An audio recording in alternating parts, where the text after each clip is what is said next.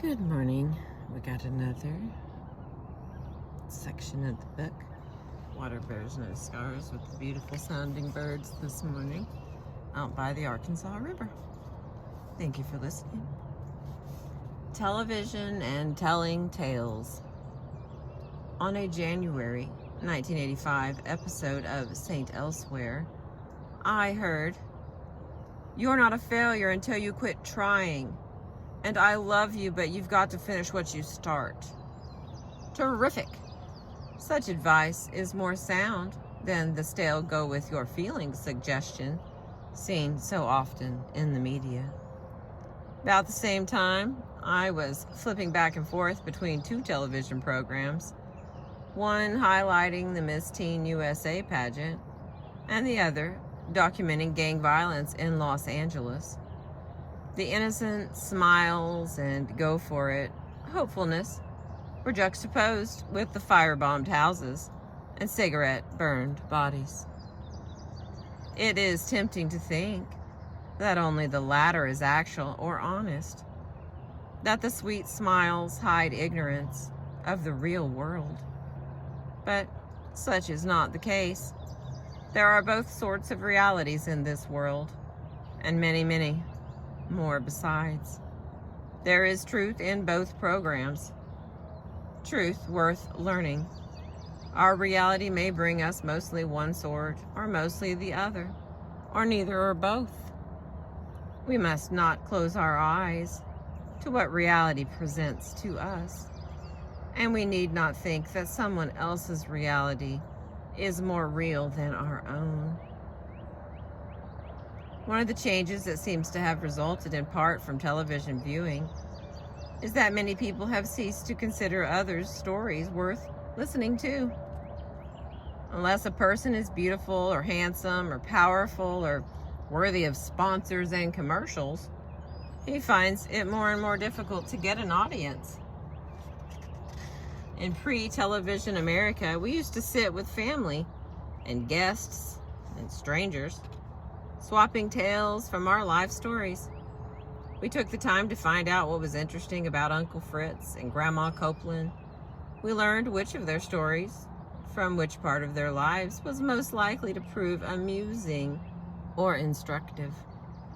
By listening to what they had to say, we learned that they were much like us. And we learned how we were different the same way.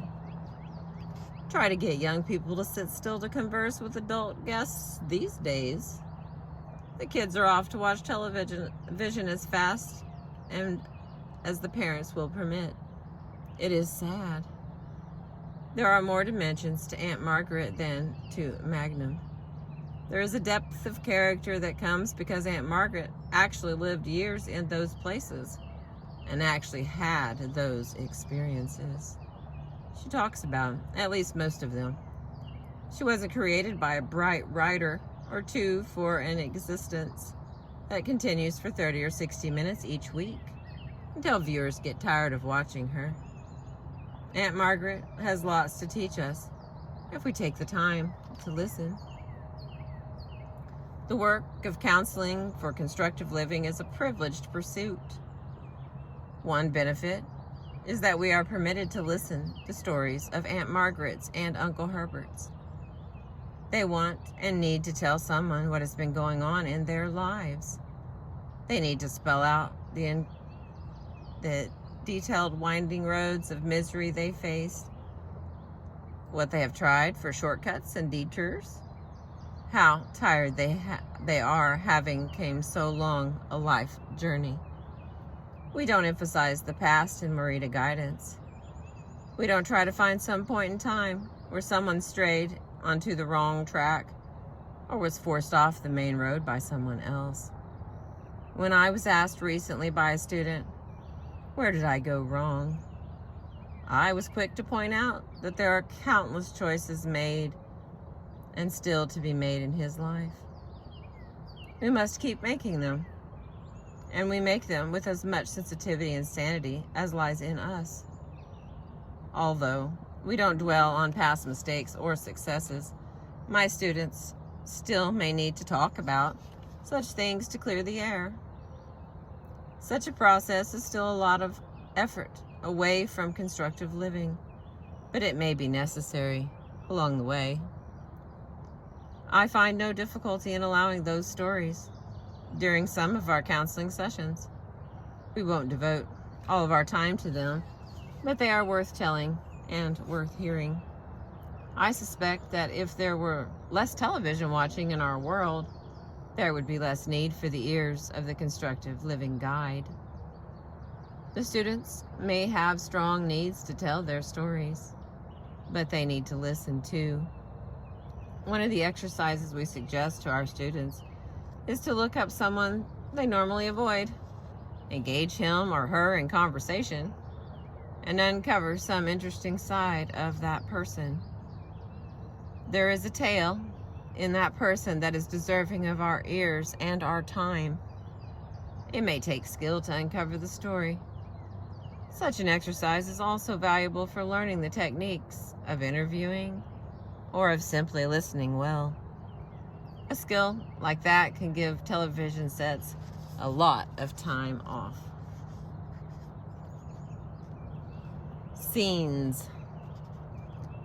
When my clients talk about the events of the past week, they tend to talk in terms of scenes or episodes. These scenes have clear beginnings and endings.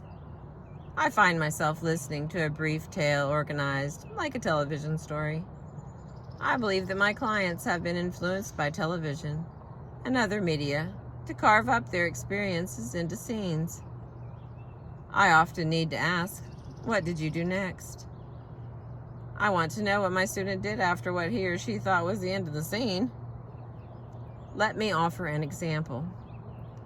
Clyde tells me of the scene in which he embarrassed himself before his fellow cooking school classmates by raising his hand and then forgetting what he wanted to ask. He finishes by telling me he felt like crawling into a hole to escape their eyes. As far as Clyde was concerned, the scene ended there. What did you do next? I asked. What do you mean? I want to know what you did right after that while you were feeling embarrassed. Well, the teacher went on with his lecture, so I grabbed my pen and started taking notes again. Clyde had come a long way from the days in which embarrassment was followed by hours of self-recrimination and even absences from school. If he had chosen to end his scene a bit later, he would have turned out to be a hero instead of a goat. The forgetting was not controllable directly by his will. With his best effort, he couldn't come up with the question that caused him to raise his hand. But what he did while feeling embarrassed was another opportunity for success. In this case, taking notes. And Clyde succeeded. Life doesn't present itself in episodes or scenes. It is a continuous flow of opportunities, failures, successes, punctuated only by periods of sleep. And sometimes then, too, we experience the flow of dreams. When failure looms, or when success lies within reach, the important question to be asking continues to be, what has reality brought that needs to be done? Then, what do you do next? Why water bears no scars. Page 52. One of my favorite stories, or one of my favorite essays from this book. To some degree, we all write the novel of our lives in our minds. We organize our past to give ourselves orderly and memorable histories. There are entire therapy systems devoted to that task. We create dramas and villains and elaborate plots. We anticipate new chapters and a variety of endings. And above all, we create in our minds the character we will play in our life roles, our life novels. Life does not come to us in the form of a novel. It doesn't bring the orderliness and consistency of a structured creation. Our minds reorganize experience, to fit the scripted form we create for ourselves.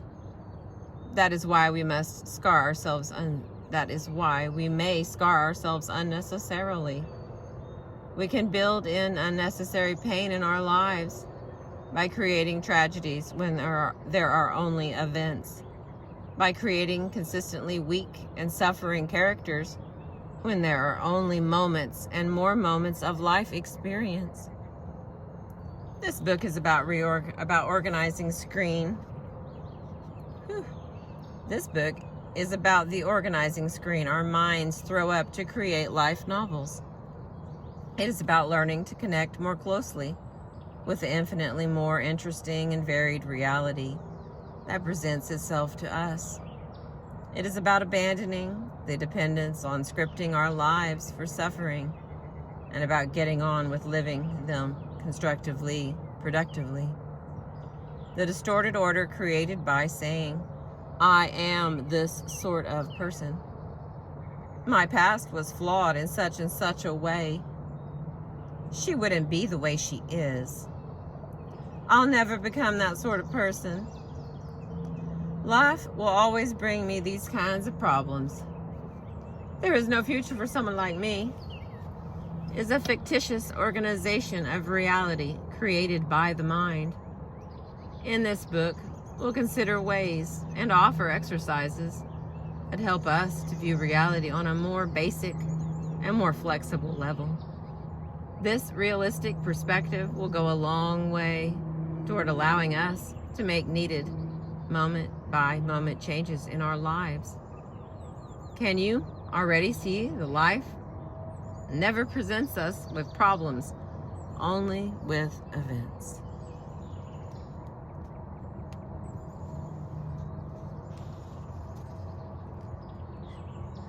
Can you already see that the notion of personality is a sort of abstracted fiction that doesn't exist in our everyday lives? Can you already see that our memories of the past and our explanations of why we did what we did in the past are oversimplified caricatures of what we were really experiencing then? Can you already see that the changeableness that is your need not to be bound by labels such as neurotic or lazy or cold-hearted or lonely or insecure? If you already see and live these truths, then there's really no need to read further. You already possess the freedom offered here. You are already freed from your life novel. You are living in reality. Tokuko Shimbo is the wife of a well-known Morita therapist in Tokyo. She has come to know the principles of constructed living intimately. She considers the neurotic people she encounters to be tone deaf about life. Seikatsu onchi.